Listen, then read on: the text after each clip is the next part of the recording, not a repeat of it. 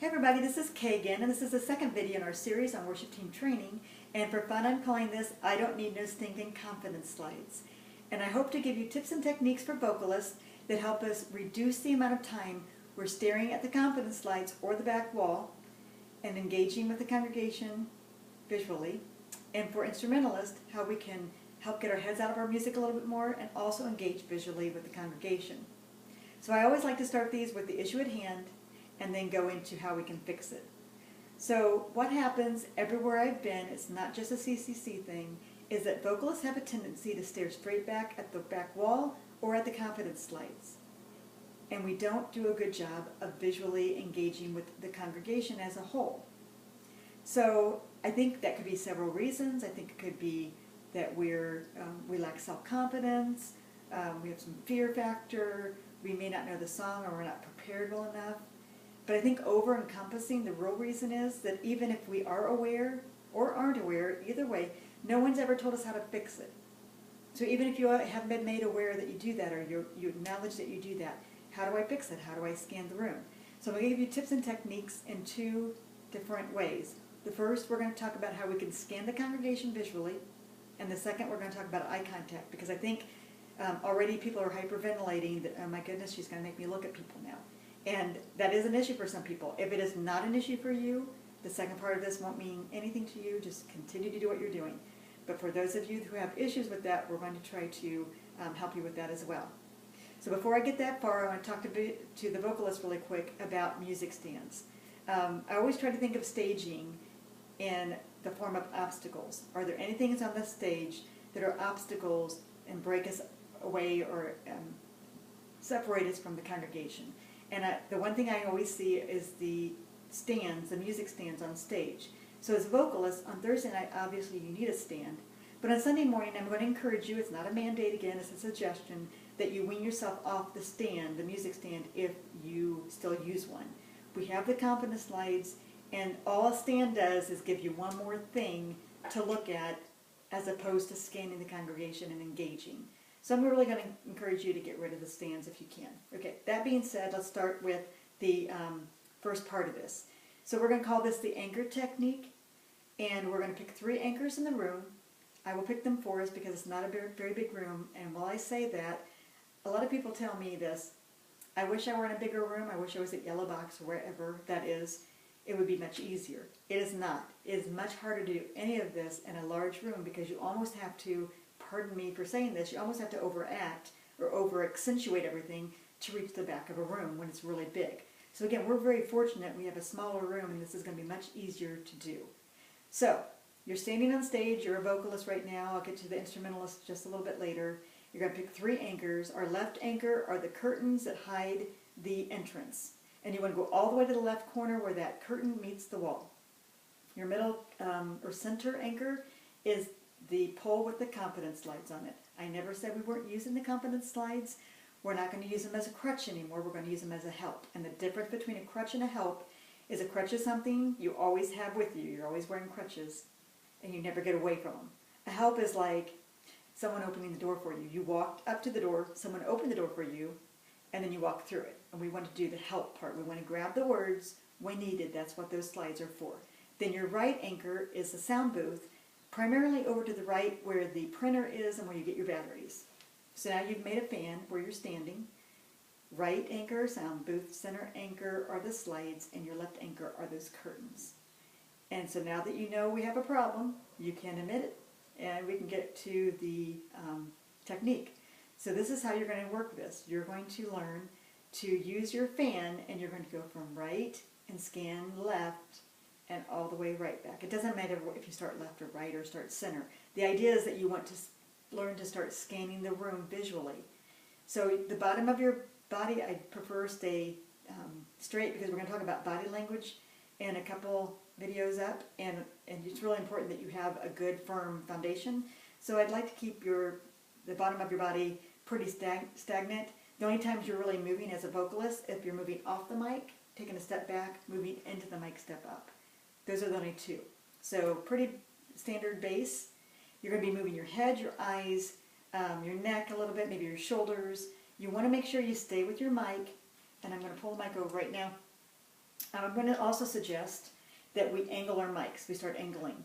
Instead of doing this, you can't see my mouth, and as we go into facial expressions, it's going to be really important that people see our mouths. So I'm suggesting we drop our mics a little bit, tilt them up. We're going to be singing right over the tops of them, so they're still going to get good sound. And also what it helps us with is it lowers the amount of noise that comes from those hard consonants, the P's and the S's and things like that. So put the mic up to my mouth. You have to make sure you stay with the mic. You're going to drive the sound guys nuts if you don't.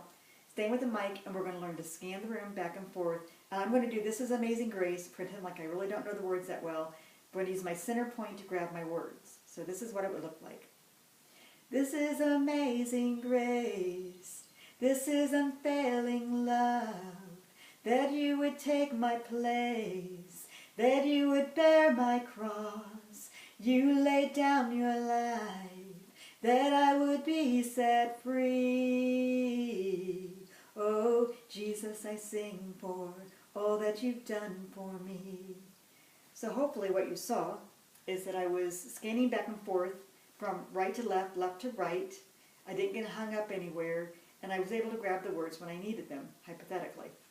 So that's what you want to learn. It can come out kind of mechanical at first, and of all the things, anything that I teach, you don't want to try this on Sunday morning at 9:30. These are things you try on Thursday night at rehearsal. That's what rehearsal is for. We're all amongst friends, so try those.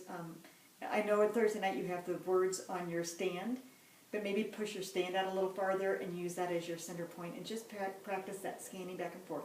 Practice it at home. Probably wouldn't practice it in the car while you're driving. Don't think that would be a good idea.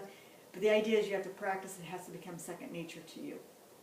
So let's talk about visual, looking at people in the face. And this is my trick for that. If it really bothers you to look at people in the face, and that's why you don't do the scanning, we're going to do a little visual trick. We're going to use the art of using our angle. So we are up on a stage. Some of us have a better angle than others. My angle is not as good because I'm short. But the idea is that we have the angle. And so what I try to do is I pick about the center row back. So I'm thinking it's 5 or 6 rows back. I've never really counted. No more than 2/3 of the way back. Pick a row and stick with that row. And you're going to be looking up at the top of people's heads, the average height. Every so often you're going to catch that taller person. But your job is to scan and stay up here. And because of the angle, it's going to give the appearance that we're looking at people in the faces and that we're catching everybody, whether they're sitting up front or they're sitting farther in the back. And you do want to get that angle. You want to really make sure you get those corners of your fan so you're catching the people down in these corners. So remember to do that. And there's 2 things that happened last week. I just want to tell you these are issues. The first one on the scanning. I find that sometimes when I'm in worship mode, I can get stuck on center position. I can get worshiping myself, get stuck. You have to really be aware of what you're doing. And it's okay to get stuck there. It's okay to have those moments of worship, but you don't want them to be long periods. Again, we don't want to be staring at the slides. We don't want anything to be a long period of time. So just be really aware of what you're doing and move on. The second thing that happened to me last week, it hasn't happened for a long, long time, is I was scanning the crowd and I caught the taller person. It was like a man, I think. I don't know who it was. Caught him and I got stuck there and it freaked me out for a second. See, I don't even like to look at people in the face when I'm singing. I really don't. So all of a sudden I realized, oh, scan. So I moved on. But those things happen. That's why you have to practice. You have to practice that scanning motion back and forth. So that's for vocalists. I think this is the easiest technique to learn, and you'll be surprised at the huge impact it's going to have when you start connecting and engaging with people. For band members, instrumentalists, I don't have as many notes for you, but these are things that help me, and I'm still learning and preaching to the choir. Getting your music up so that you're not dipping your head down as much has really helped me. Having the iPad, I know not everybody has an iPad or can get an iPad, has helped me too. Getting the music, I can get the music closer to me. It's backlit. I don't have to worry about lighting when they lower the lights. And the other thing I think is really important for instrumentalists is to sing along, whether you have a mic or not. Sing along, engage with the song. They see a unified group up on stage, all worshiping the Lord, and I think that's really quite effective. But the real reason that you want to get your heads out of your music, so you need to know chord progressions better, is all about rehearsal and preparation. But every so often, try to get your head up and look out. I'm not expecting you to scan like a vocalist would, but definitely get up and look at the people at least in front of you. Give the appearance that you're engaging visually. So those are my notes. If any of this doesn't work for you because you have a different learning style or different needs, let me know. I can probably come up with some other ideas, but these two techniques actually work really well for most people, and they are the easiest things to learn and to do really quickly in a worship service. So I will see you in the next video.